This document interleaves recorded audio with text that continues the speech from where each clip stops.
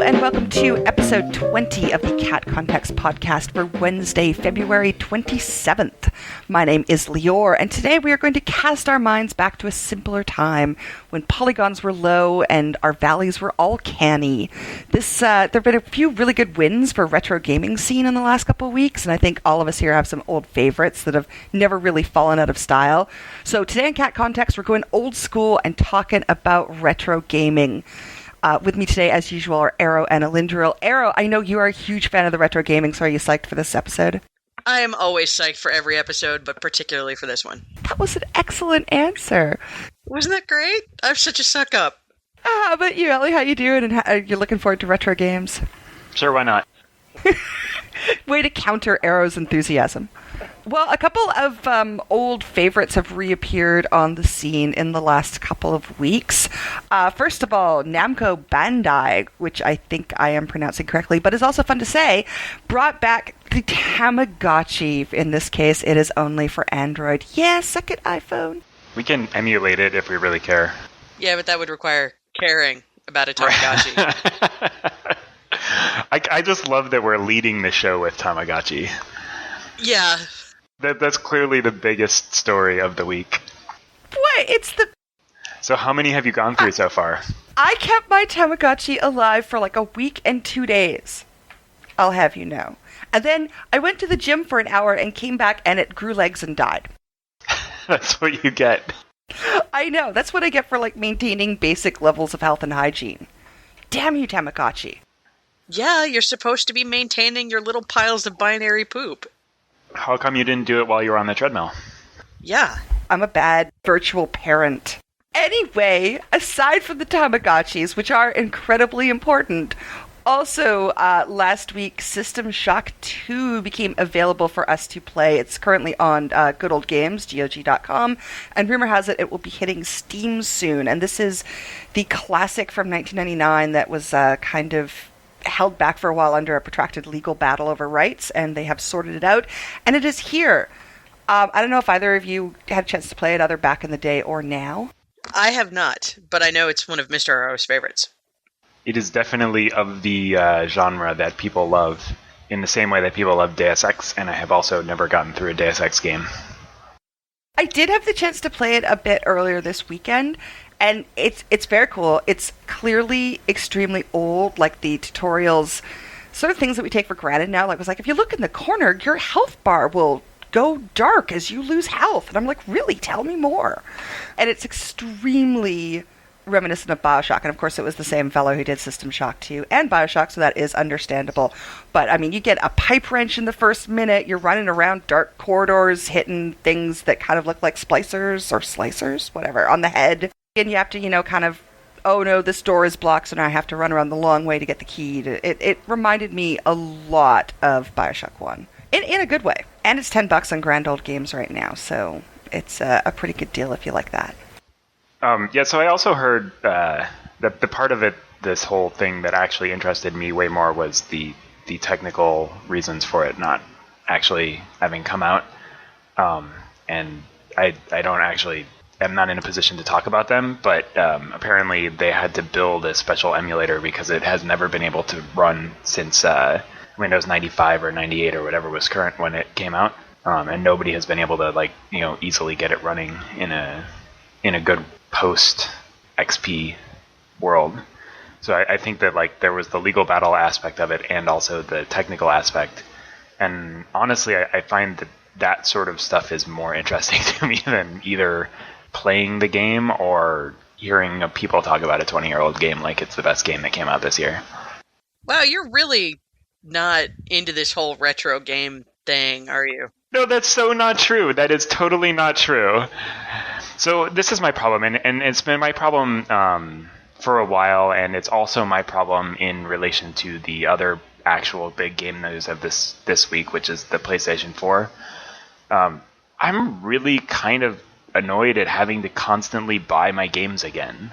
I don't know, we've talked about it before where we're in that age group now where the things that were cool, 15 years ago when we were kids are now being leveraged against us now that we have money and or kids to foist our likes on.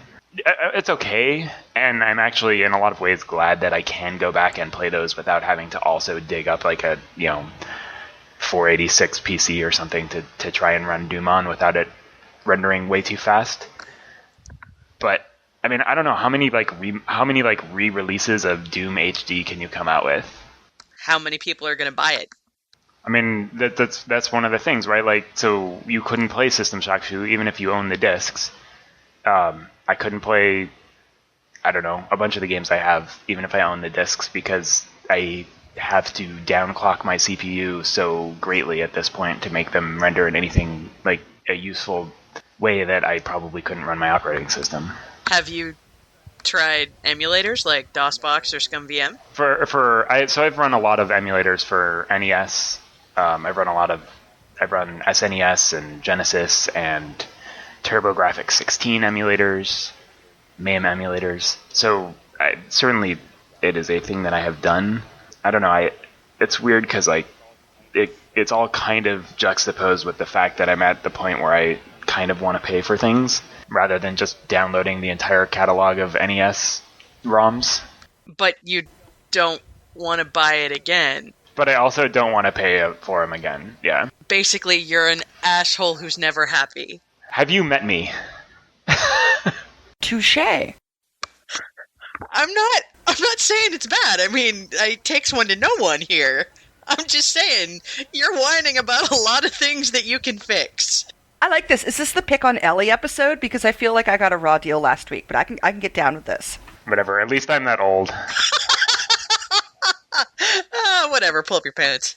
No, I actually really like the Virtual Console. I bought some stuff on the Wii Virtual Console. I bought several things on like Xbox Live Arcade. I think we even talked about how we were playing Ninja Turtles, the arcade game, and after we played it, I went back and totally beat it again. By the way, I just like it's frustrating to have to buy them more than once, I guess. Oh, I totally agree.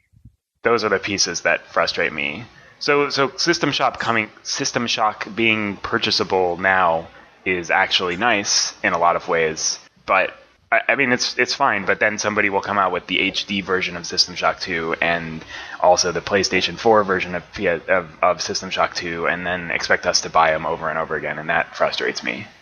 If they've changed it, I mean, if they've actually overhauled the graphics or whatever, that's one thing. For me, GOG is important because, and I don't mind purchasing things again because it's better than having to keep a 3.5-inch floppy drive in my PC, which I don't even think my motherboard would support that now. It's also, like, all of the games that I love are from that period where they were so OMG privacy that there's the game-breaking copy protection that's in the manual, like, what's the third word of paragraph 2 on page 26? And I don't have those anymore. Well, we don't have manuals anymore, so... Well, GOG lets you download those. Like, I still play my old LucasArts and Sierra games through DOSBox or whatever. Scum runs pretty well under Windows 7. But it's, I mean, really hard to dig out my manual for Afterlife, God forbid, and try and remember how to break the copy protection on that game. So not only do I not have to convince these games that I'm still running a 386 with a Sound Blaster 16, but I still have all the stupid crap built into the game so I can get past the copy protection. Yeah, that's pretty reasonable. I mean, I know this is probably part of the larger topic that we might talk about later, but I have consistently found myself to be disappointed when I've gone back and actually played those games that were really fun at the time. I find for me, for retro gaming, it's less games that I played before and that I want to play again, but more the games that I missed the first time, and System Shock 2 or Star Wars Galaxy or whatever that I did not experience and that I want to experience now. So maybe that's a setup for a more satisfying experience. I think it was Final Fantasy VII, I think, that came out with a, I don't know, better graphics version last year for PC or something. And I mean, I don't know, I kind of like that. Also, here's the thing, and we're going to get a lot of angry comments about this. Final Fantasy VII is not actually a good game. Whoa. The reason I believe all of the people who think that Final Fantasy VII is the best Final Fantasy, because it's not, are saying so out of nostalgia, which leads into our later topic. Because it's the first one that many people remember that's indelible in their minds, because that was the PlayStation 1. It was, kids were in high school and college, so it's, the most formative part of their memory. So they think of it a lot rosier than it was. I mean, you guys, it was a half-finished piece of crap. Yeah, I don't even know what to say to that. No, look, Final Fantasy VII was one of my favorite Final Fantasy games because it was my first one. That's absolutely true. Right. It's also the first one that didn't look like it belonged on an NES. I could see that also. Still not the best game. The graphics at the time were really, really cool. The cutscenes were also really cool. And all of those things are what made it important to me, right? So, I mean, like, that's the thing about nostalgia and retro games in general, is the games that are important to any given person are the ones that they want to go back and play or have access to. Interestingly enough, I have Final Fantasy X here in my house on a PlayStation 2, and I've only put a few hours into it, because if I could play it on something else that wasn't a PlayStation 2, I would probably play it more. You can actually get a PlayStation 2 emulator and a ROM and play it on your PC. I would argue that is the best way to play it, unless you happen to have access to old 60 gig PS3. Well, now that we've kind of just sort of basically touched on retro gaming, we've mentioned talking about nostalgia, but I want to do the good stuff first, which is talking about some of our favorite retro games that we would still play now or do still play now. I put the question out on Twitter about what retro games people are playing that they enjoy. And a few things we had back. We had Jason, who is at Mr. Christie, who said that when he was a kid, he and his best friend stayed up for 24 hours to beat Bionic Commando, which I thought was pretty awesome. That was pretty awesome. Bionic Commando is great! There's a new version in the Xbox Live Arcade with fancy graphics and everything, and it's so weird and awesome. Ro, who is at Mr. Moneda, said that his favorite old game is Anachronox, which I'd actually not heard of, but looks pretty cool. Adult in its themes and humor, and the stylized art that wasn't afraid of color. It was a turn-based game, which was pretty neat. And our Gildy Gabroni recommended Star Control as his favorite old-school game, which seemed to make Arrow very happy. Yay, Star Control! This goes back to a different question that I had. What qualifies as a retro game?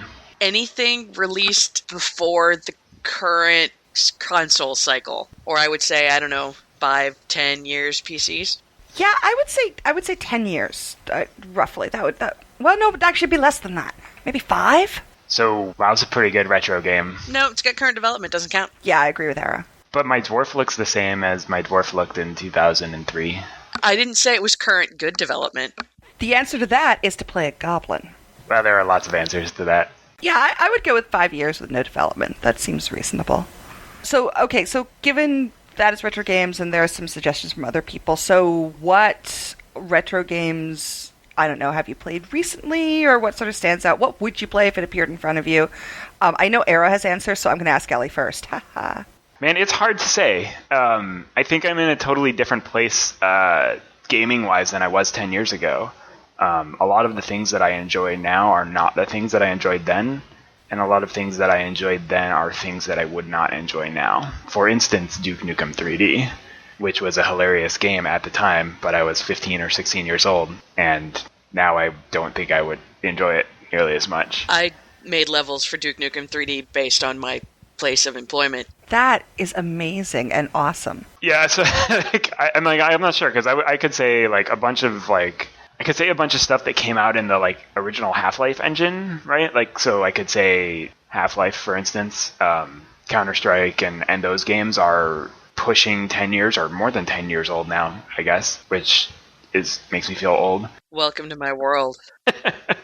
Those games I still play on occasion. I have tried to play a bunch of other games of the 2000s, early to mid 2000s, even the late 90s recently, and I just can't do it. Is it a matter of being time consuming, or is it just too confusing, or? Some of it is certainly my hesitancy to get involved into games that I know are 60 to 80 hour games. It's a lot harder for me to pick those games and go for them, despite being an MMO player and probably having spent 60 hours this month playing games. It seems so daunting when you look at a game and you know how long it's going to take. Right? I mean, I don't know. For me, it is. But yeah, I don't know. My retro gaming library is really small. Like, I love playing arcade-style games still. If somebody dropped a Street Fighter or Mortal Kombat machine in front of me, I would totally play the shit out of it for hours. All right, I know that Arrow actually does play retro games. So, what have you been? What do you like? I've been fidgeting in my chair, waiting to answer. Is it my turn? Yeah, is it my turn? It's your turn. Go. God, where do you want me to start? The entire Sierra catalog still holds up really well. I think part of the deal with retro gaming is you have to make sure that it's a game with a story that holds up well. Like this week, I've been playing through Gabriel Knight, which is so much fun. The point-and-click adventures never get old for me. It doesn't matter how many times I've played them. If they're well-written, if they're well-acted, and Gabriel Knight has Tim Curry, you can't really argue with that. It just, I can play them over and over and over, and I never get tired of them. Even though you know the puzzles? Even though I know the puzzles, because the stories are so fun. I really love the AGD Interactive overhauls of King's Quest and Quest for Glory that make them all pretty and act them out in the text adventures, and still the same game. One of my family's favorite games is a really, really terrible game.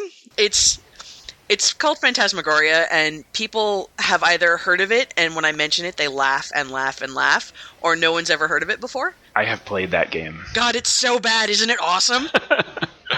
It was a really dumb game, yeah. I think it was also like one of those games that like got so much negative press and was like banned all over the place, and people were freaking out about it. It's a family thing for us because, when this came out, there was no such thing as the internet. There was no GameFAQs, so we were stuck on one puzzle for months. It was hilarious. And to this day, you can walk into my house or any member of my extended family's house and tell them that mortar is best removed with the narrow scrapling implement, and someone will scream and try to punch you in the face. That's a good point. I remember as a kid being given a mission by my mother to find out who else at school played King's Quest 2 because we couldn't get through a certain quest. She's like, you ask everyone. We have to find someone else who has got through this. Because we're certainly not calling the 900 number for the Sierra hint line. Are you kidding? That's like $5 a minute. Oh, hell no. That's pretty awesome. I feel like Phantasmagoria was one of those games that like kids somehow got and then installed like deep in hidden DOS folders that, even with hidden attributes on the folder so that their parents couldn't find out that they actually had it installed. Oh man, we played it as a family. Yeah, like we've discussed the differences in our families before. My parents are not gamers. That does sound like the treatment that I gave Leisure Suit Larry, so... Oh yeah, I did that with Leisure Suit Larry. Although that game also does not hold up. The game is so bad. It's just really bad. Like, subject matter aside, it's just a bad game. Yeah, and it's a fine line between games that hold up, regardless of their silliness. I mean, I fully admit that Phantasmagoria does not hold up. It's a terrible game that I only play for nostalgia. But, I mean, things like Quest for Glory, always great. Regardless of whether you're playing the 8-color, what spelling of Rumpelstiltskin, that's King's Quest, what spelling of Rumpelstiltskin you need when, and still great, all the time. Oh, that is King's Quest, and my left eye just started twitching as you said that. I swear to God, every time you install it, it picks a different spelling of Rumpelstiltskin. I guess we should probably talk about nostalgia and hindsight now, because we keep alluding to it through this. Because, that's a huge part of retro gaming, is the nostalgia and looking back. And I think oftentimes that doesn't work out. And particularly in reference to a couple weeks ago, I discovered the Star Wars Galaxies emulator. You're the devil. Thank you very much. And it was... I mean, I never played Star Wars Galaxies, but I mean, it's sort of held up as the one that got away in my mind. And I wish I had played it, and I still wish I had played it, you know, with like the crafting and the in-depth housing and just all this really cool stuff. So when I found the emulator, I was like, holy crap, Arrow and Ellie and anyone else I can sucker into this. We need to download this emulator and we need to party like it's 2003. So we did. And I will let you guys give your impressions, but I get the feeling that I know as a new player, that shit's hard, yo. Fuck yeah. And as a returning player, I'm not sure it lived up to your retro nostalgia expectations. So here's the thing about Galaxies. I have these shiny, rosy memories of playing paper dolls and decorating my house and, you know, basically The Sims in an MMO that doesn't suck. And I was really excited to have the opportunity to do that again, but I forgot all of the bullshit that you have to go through to get to that point. It takes 200 hours.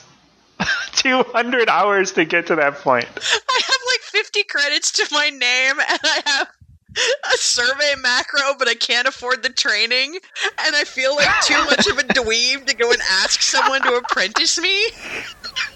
Oh my god, I know. So I'm trying to wait for my timer to be up so I can roll a character with combat skills and go take the fighter missions. But also remember that the fighter missions are shitty. Yeah. And give you like 300 credits when you do it, so... Unless you skill up and go to Endor, and yeah.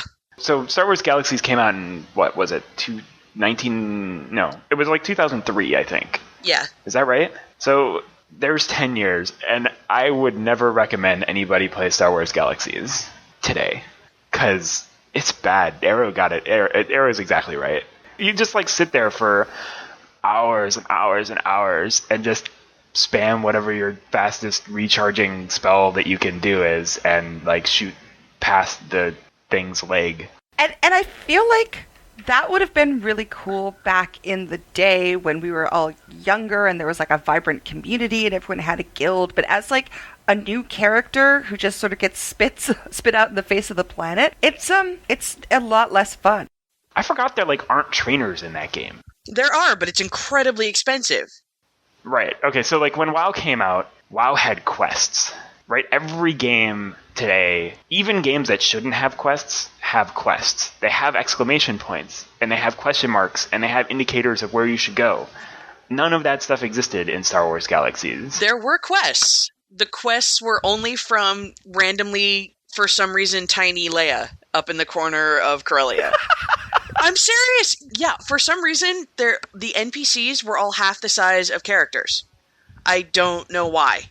So everything comes with like a huge real life time cost, and a lot of them are explicitly time costs. And at the end, you get like 300 credits, and like a gun, like the cheapest gun you can find at somebody's shop is probably 10,000.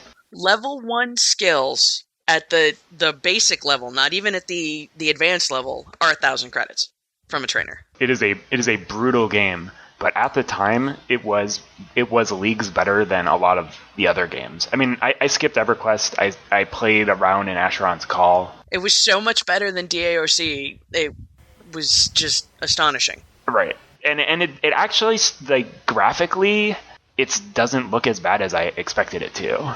Like, it doesn't look great, but it looks all right. I mean, it doesn't look that much worse than Warcraft. It's still the best crafting and customization MMO out there. And economics. You could hire a droid to actually man your thing while you weren't there, so you didn't have to like literally stand around in your store to interact with people. Right. Which sounds great. A crafting, customization, and economy MMO. I mean, oh my god, I want to play that. And then I played one night of Star Wars Galaxies, and then I played a second night where I actually played TERA while I macro farmed in Star Wars Galaxies. Yep. And I was like, I feel like this might not be working out for me as a long-term option. So you know how you macro farmed? That's literally the game. Yeah, someone described it as the best game you'll ever bought, which I thought was a good description.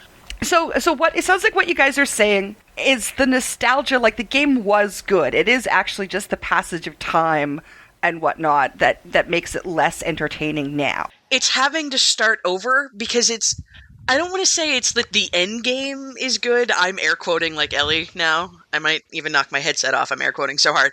Because there isn't really an end game, but getting to the point where you've got money to burn, however you've done that, then the game becomes awesome. It is the best paper doll ever.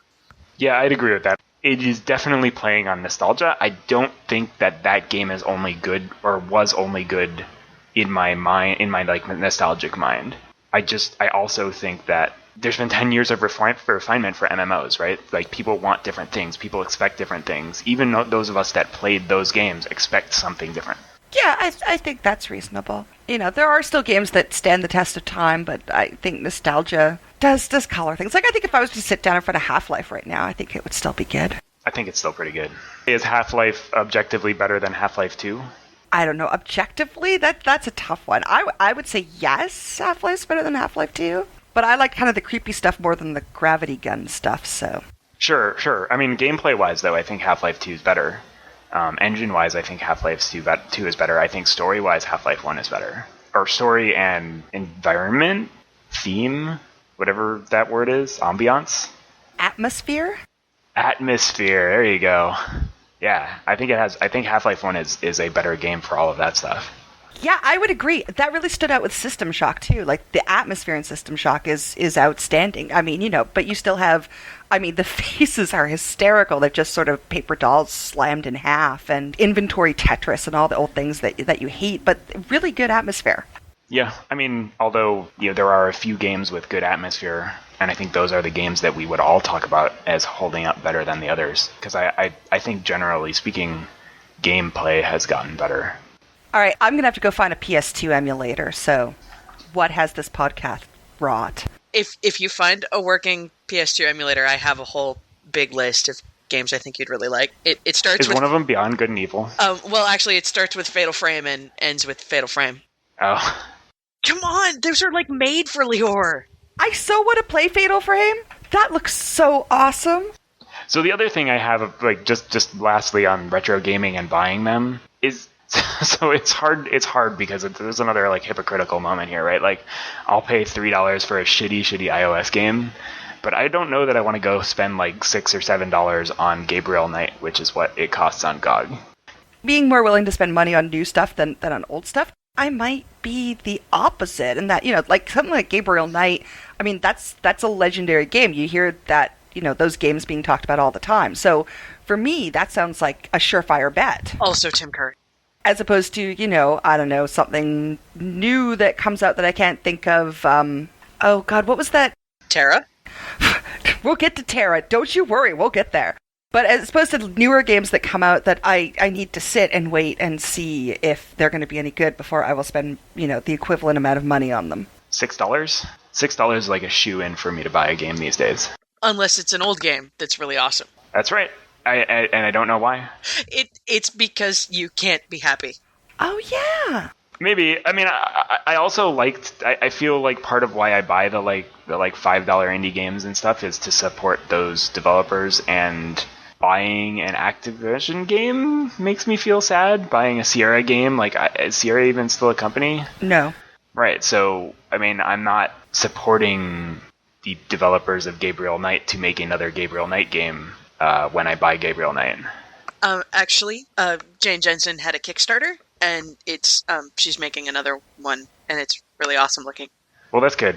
I have different thoughts on Kickstarter, so that's cool. He hates that too. Yes, make another game, but don't use Kickstarter. I'm conflicted about Kickstarter, but I don't want to talk about it now. We'll talk about that next time. All right, well, let's go to 2013. Aside from Borderlands 2, what have you been playing the last 2 weeks, Ellie? So we talked about Battle Cats last time, and I actually have continued to play that. Oh my god! Randomly. I just wanted to bring that up for you. And Borderlands 2, which I have also played, and then played on Xbox also. That's cool. Mm-hmm, mm-hmm. What else have you been playing? I don't know. What have you been playing?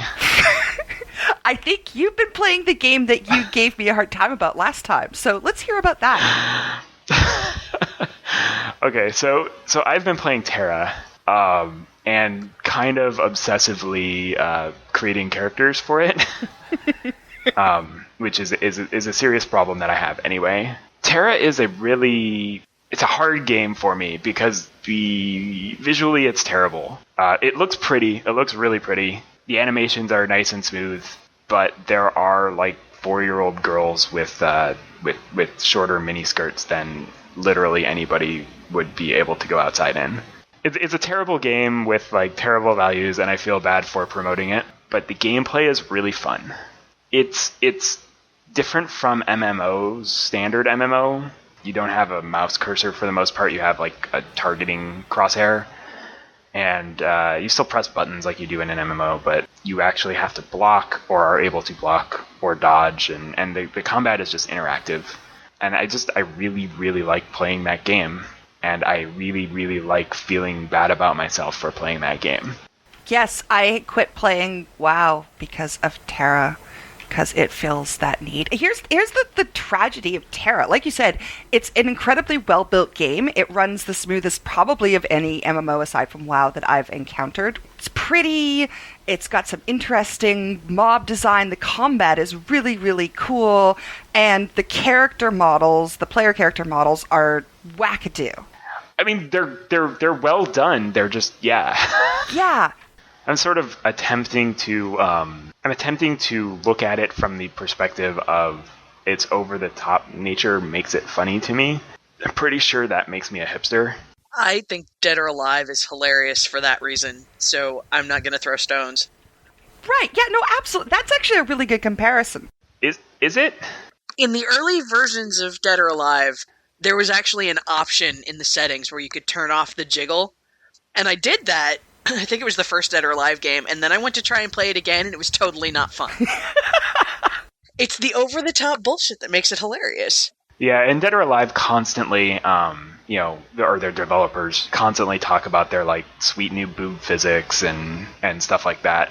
And I have respect for people who don't even front. I mean, that's true, right? Like that is one thing here is like you cannot say that TERA characters are sexy by accident. That's what they wanted to make. That's what they're making, and they are not it's completely unabashedly that way. Right, I was kind of thinking about why am I playing TERA? I think that a lot. But why am I playing TERA and these character models make me laugh? And why when I look at the WildStar character models do I feel cranky? And I think the difference is because of that. Because the WildStar character models, they're aiming for a Western audience and they're not really, that's not their thing. Whereas TERA, that's kind of like their over-the-top thing. I mean, there's like naked statues in the middle of the main city and stuff. I mean, it's so far beyond the top, we go around in a circle. That's not sort of WildStar's shtick. They're more like, they're trying to do a Firefly Western-ish shtick. So when I see, the robot with giant robot cone boobs, it makes me frustrated more than seeing, I don't know, a goat woman in TERA wearing an outfit that looks like a combination between lingerie and a chandelier. Confessions here, I have problems with picking a character and sticking to it. That's not news to either of you, but it is just true. I made a hamster who can apparently have a handlebar mustache, which is hilarious. I want a hamster with a handlebar mustache. Oh, I know. It's amazing. We play TERA, but we're full of shame about it. So, Arrow, what have you been playing lately, and does it have preteen girls in bikini bottoms? I don't have anything with preteen girls in bikini bottoms. I've been playing retro games in preparation for today. So that's basically all I've got. I don't have much time for current gaming right now, mostly because my computer is usually being used as a jukebox by the Tiny Tyrant. So whatever I can get away with on the laptop is what's going on. What's been the big game this week? I was playing Gabriel Knight. Also still working on my Coder PC playthrough. You're what now? Coder. I don't know that game. The First Knights of the Old Republic. Right. Sorry. Nope, that's totally reasonable. I was trying to conserve words. It's after my bedtime. What else was I playing? I hooked up the Genesis a couple of weeks ago and haven't unhooked it since. And oh my god, I'm so terrible at everything. Do you own Aladdin? Yes. I own many, many, many games that are making me sad and tired. I can't beat the first map on Sonic Spinball. Damn it! Sonic Spinball, that was a game I played hours of. It's so hard. Jurassic Park is the only one I've been able to make a dent in because, really, playing as the Velociraptor which, by the way, not a Velociraptor, is the way to go. And it's basically playing on easy mode, if there is such a thing as easy mode for a Genesis game. Yeah, so what was the deal with Genesis being like the hardcore gamer version of all of the exact same games that were on Super Nintendo? I have no idea. But it was. It totally was. Star Control on the Genesis. Holy shit. I don't know if there's a PC version or not, but I remember we played it on the Genesis, and a turn-based builder strategy with the Genesis controller, really, it's hell. There's no other way to put that. Everybody go hook up a Genesis. Honestly, the Genesis controller, all told, was pretty terrible. It was so much better than the NES, though. I mean, that square box is terrible for your hands. It was such a nice change with the Genesis. But the Genesis didn't really compete with the NES, right? It more competed with the Super Nintendo. That was the other 16-bit one. I don't know which one came out first. I have no idea. Yeah, it's certainly better than the I have a rectangle with extra pointy edges. Wikipedia tells me that the Genesis was out 2 years before the Super Nintendo. That seems reasonable. I have not been playing any games on Genesis, but what I did play was Firefall, which was open beta this weekend, so I think I can talk about it. And it was okay. I don't know. I played like an hour and a half of it. Firefall? You played Firefall? I did play Firefall, and it was adequate. Not a lot of. I don't know if I'm allowed to say that I played one of the early betas, so let's just say I played the open beta. Mm-hmm. I thought it was fun to like fly around with a jetpack. Yeah, that was cool. The character design is cool. I like the gravity. I like shooting things. I think of all the kind of action multiplayer games with PlanetSide 2 and Defiance and Firefall. Firefall probably looks like the most fun, but on the other hand, I never really got the point of what the game was about. Having played TERA, I'm now more excited about Neverwinter Online, because Neverwinter Online is supposed to have a similar action element to its combat. But it's D&D. What? How does... What? Don't worry about it.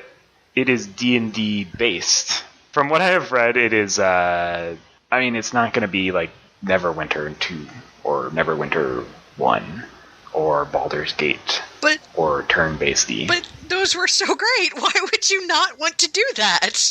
I think that they're worried how that would work in an MMO situation. Probably rightfully so. It's hard enough when I sit around the table and wait for my friends to like figure out what the hell they're going to do with their like 6 options on their character sheet. If I had to do that with randoms in some sort of event, I think I would quit and never come back. All right, we have to wrap this up because I have to go play Final Fantasy X on my computer. Okay, so if you want to tell us about your favorite retro games, or I don't know, tell us that we're wrong about TERA, or tell Era that she's wrong about Final Fantasy VII, you can do so by calling us at 347-565-4673 or 347-56-LEOR. You can also email us at podcast@leorblog.com, or you can tweet me at Leors, Liores. We take many methods of feedback. You can find us online at leorblog.com/catcontextpodcast, or click on podcast in the main menu. We are also on iTunes. If you are on iTunes, if you listen to us on iTunes, please consider giving us a rating. It actually makes a pretty big difference as far as our listenership, and it makes us feel special. Arrow, thanks for talking about retro games, and Ellie, thanks for talking about how you hate retro games. Ellie's just a hater. I don't even hate them. Uh-huh. I don't even hate them. Also, Arrow, I should have said this midstream, but I think you're right about Final Fantasy, because I think both Final Fantasy VIII and Final Fantasy X are clearly better games than 7. Okay, now you're just fucking with me because 8 is terrible. All right, I'm turning off recording now. Goodbye, everybody. Thanks for listening.